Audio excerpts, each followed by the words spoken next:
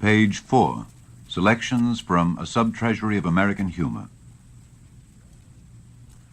Farewell, My Lovely, from Farewell to Model T by Lee Strout White. Copyright 1936 by G.P. Putnam Sons. Recorded by permission of G.P. Putnam Sons. Read by William Lazar. Farewell, My Lovely. I see by the new Sears Roebuck catalog that it's still possible to buy an axle for a 1909 Model T Ford. But I am not deceived. The great days have faded. The end is in sight. Only one page in the current catalog is devoted to parts and accessories for the Model T. Yet everyone remembers spring times when the Ford gadget section was larger than men's clothing, almost as large as household furnishings. The last Model T was built in 1927, and the car is fading from what scholars call the American scene, which is an understatement because to a few million people who grew up with it, the old Ford practically was the American scene. It was the miracle God had wrought, and it was patently the sort of thing that could only happen once. Mechanically uncanny, it was like nothing that had ever come to the world before. Flourishing industries rose and fell with it.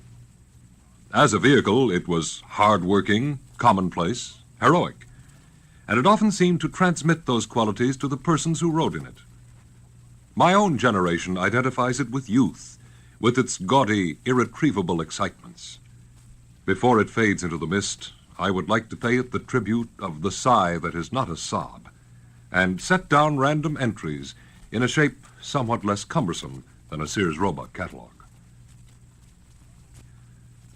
The Model T was distinguished from all other makes of cars by the fact that its transmission was of a type known as planetary, which was half metaphysics, half sheer friction.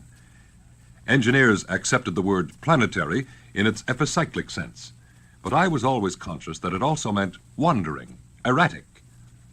Because of the peculiar nature of this planetary element, there was always in Model T a certain dull rapport between engine and wheels.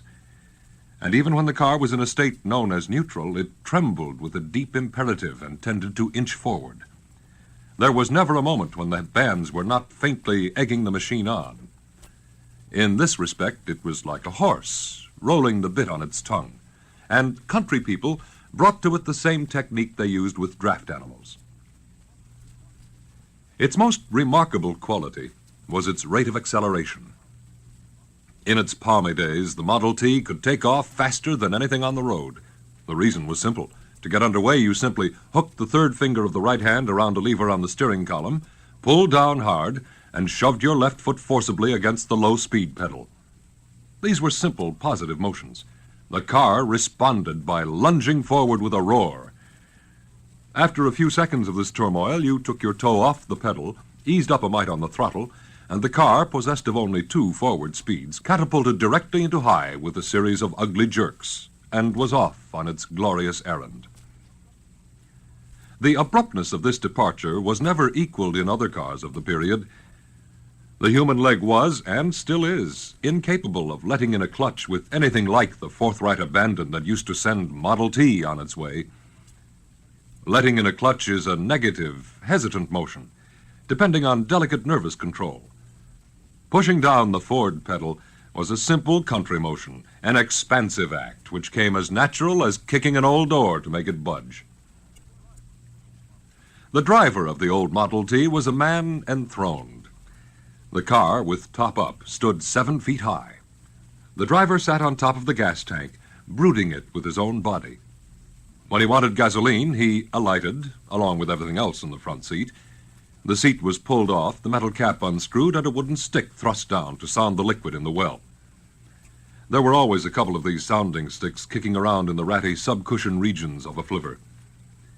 Refueling was more of a social function then because the driver had to unbend, whether he wanted to or not.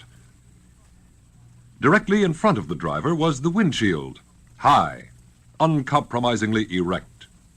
Nobody talked about air resistance, and the 4 cylinders pushed the car through the atmosphere with a simple disregard of physical law. There was this about a Model T. The purchaser never regarded his purchase as a complete finished product. When you bought a Ford, you figured you had a start, a vibrant, spirited framework to which could be screwed an almost limitless assortment of decorative and functional hardware. Driving away from the agency, hugging the new wheel between your knees, you were already full of creative worry. A Ford was born naked as a baby, and a flourishing industry grew up out of correcting its rare deficiencies and combating its fascinating diseases. Those were the great days of lily painting. I have been looking at some old Sears Roebuck catalogs, and they bring everything back so clear. First, you bought a ruby safety reflector for the rear, so that your posterior would glow in another car's brilliance. Then you invested 39 cents in some radiator moto wings, a popular ornament which gave the Pegasus touch to the machine and did something godlike to the owner. For 9 cents, you bought a fan belt guide to keep the belt from slipping off the pulley. You bought a radiator compound to stop leaks. This was as much a part of everybody's equipment as aspirin tablets are of a medicine cabinet. You bought special oil to prevent chattering, a clamp-on dash light, a patching outfit, a toolbox which you bolted to the running board, a sun visor, a steering column brace to keep the column rigid, and a set of emergency containers for gas, oil, and water, 3 thin disc-like cans which reposed in a case on the running board during long, important journeys. Red for gas, gray for water, green for oil. It was only a beginning. After the car was about a year old, steps were taken to check the alarming disintegration. Model T was full of tumors, but they were benign. A set of anti-rattlers, 98 cents, was a popular panacea. You hooked them onto the gas and spark rods, to the brake pull rod, and to the steering rod connections. Hood silencers of black rubber were applied to the fluttering hood. Shock absorbers and snubbers gave complete relaxation. Some people bought rubber pedal pads to fit over the standard metal pedals. I didn't like these, I remember. Persons of a suspicious or pugnacious turn of mind bought a rear-view mirror, but most Model T owners weren't worried by what was coming from behind because they would soon enough see it out in front. They rode in a state of cheerful catalepsy. Quite a large, mutinous clique among Ford owners went over to a foot accelerator. You could buy one and screw it to the floorboard. But there was a certain madness in these people because the Model T, just as she stood, had a choice of 3 foot pedals to push, and there were plenty of moments when both feet were occupied in the routine performance of duty, and the only way to speed up the engine was with the hand throttle. Gadget bred gadget. Owners not only bought ready-made gadgets, they invented gadgets to meet special needs. I myself drove my car directly from the agency to the blacksmith's and had the smith affix 2 enormous iron brackets to the port running board to support an army trunk. People who owned closed models builded along different lines. They bought ball grip handles for opening doors, window anti-rattlers, and deluxe flower vases of the cut glass anti-splash type. People with delicate sensibilities garnished their car with a device called the Donna Lee Automobile Disseminator, a porous vase guaranteed, according to Sears, to fill the car with a faint, clean odor of lavender. The gap between open cars and closed cars was not as great then as it is now. For $11.95, Sears Roebuck converted your touring car into a sedan, and you went forth renewed. One agreeable quality of the old Fords was that they had no bumpers, and their fenders softened and wilted with the years and permitted the driver to squeeze in and out of tight places. Tires were 30 by 3.5, cost about $12, and punctured readily. Everybody carried a jiffy patching set with a nutmeg grater to roughen the tube before the goo was spread on. Everybody was capable of putting on a patch, expected to have to, and did have to. During my association with Model Ts, self-starters were not a prevalent accessory. They were expensive and under suspicion. Your car came equipped with a serviceable crank, and the first thing you learned was how to get results. It was a special trick, and until you learned it, usually from another Ford owner, but sometimes by a period of appalling experimentation, you might as well have been winding up an awning. The trick was to leave the ignition switch off, proceed to the animal's head, pull the choke, which was a little wire protruding through the radiator, and give the crank 2 or 3 nonchalant upward lifts.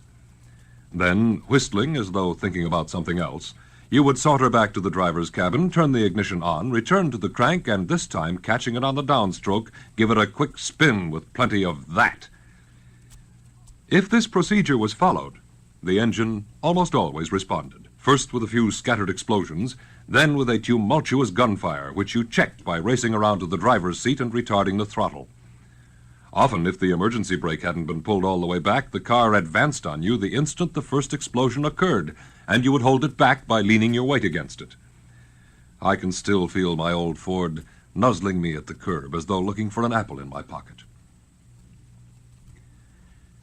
In zero weather, ordinary cranking became an impossibility except for giants. The oil thickened, and it became necessary to jack up the rear wheels, which, for some planetary reason, eased the throw.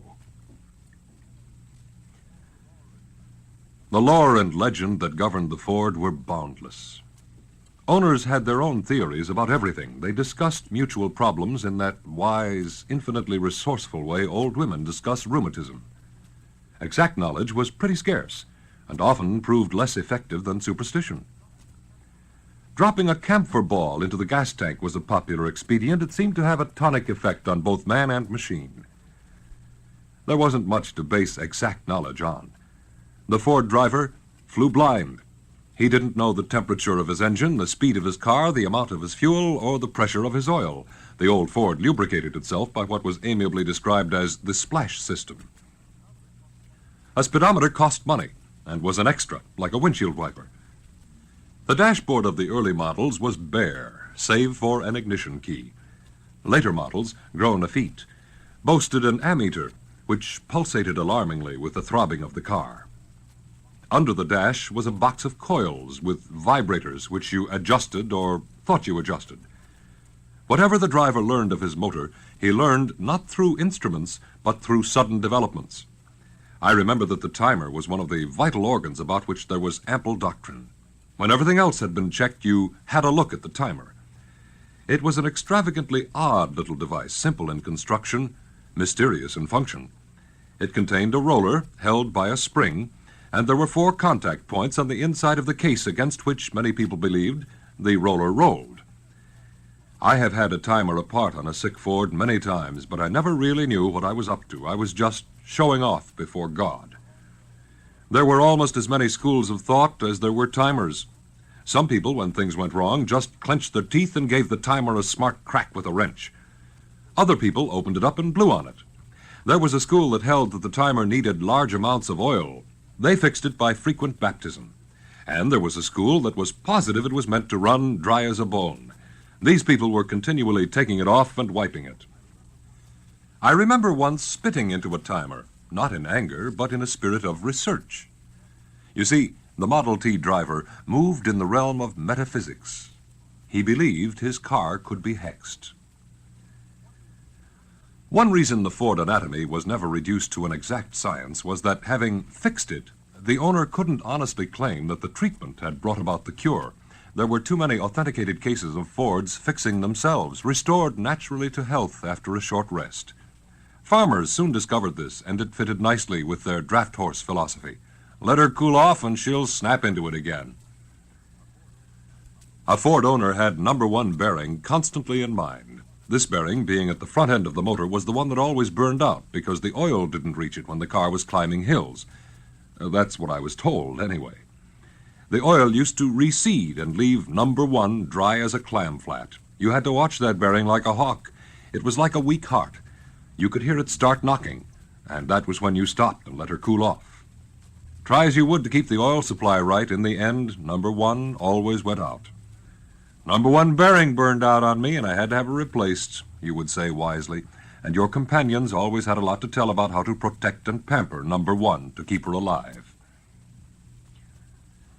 Sprinkled not too liberally among the millions of amateur witch doctors who drove Fords and applied their own abominable cures were the heaven-sent mechanics who really could make the car talk. These professionals turned up in undreamed-of spots. One time, on the banks of the Columbia River in Washington, I heard the rear end go out of my Model T when I was trying to whip it up a steep incline onto the deck of a ferry. Something snapped. The car slid backward into the mud. It seemed to me like the end of the trail. But the captain of the ferry, observing the withered remnant, spoke up. "What's got her?" he asked. "I guess it's the rear end," I replied listlessly. The captain leaned over the rail and stared. Then I saw that there was a hunger in his eyes that set him off from other men. "Tell you what," he said carelessly, trying to cover up his eagerness. "Let's pull the son of a bitch up onto the boat, and I'll help you fix her while we're going back and forth on the river." We did just this. All that day I plied between the towns of Pasco and Kennewick, while the skipper, who had once worked in a Ford garage, directed the amazing work of resetting the bones of my car. Springtime, in the heyday of the Model T, was a delirious season. Owning a car was still a major excitement. Roads were still wonderful and bad. The Fords were obviously conceived in madness. Any car which was capable of going from forward into reverse without any perceptible mechanical hiatus was bound to be a mighty challenging thing to the human imagination. Boys used to veer them off the highway into a level pasture and run wild with them as though they were cutting up with a girl. Most everybody used the reverse pedal quite as much as the regular foot brake. It distributed the wear over the bands and wore them all down evenly. That was the big trick, to wear all the bands down evenly so that the final chattering would be total and the whole unit scream for renewal. The days were golden. The nights were dim and strange. I still recall with trembling those loud nocturnal crises when you drew up to a signpost and raced the engine so the lights would be bright enough to read destinations by. I have never been really planetary since. I suppose it's time to say goodbye. Farewell, my lovely. This book is continued on the next record.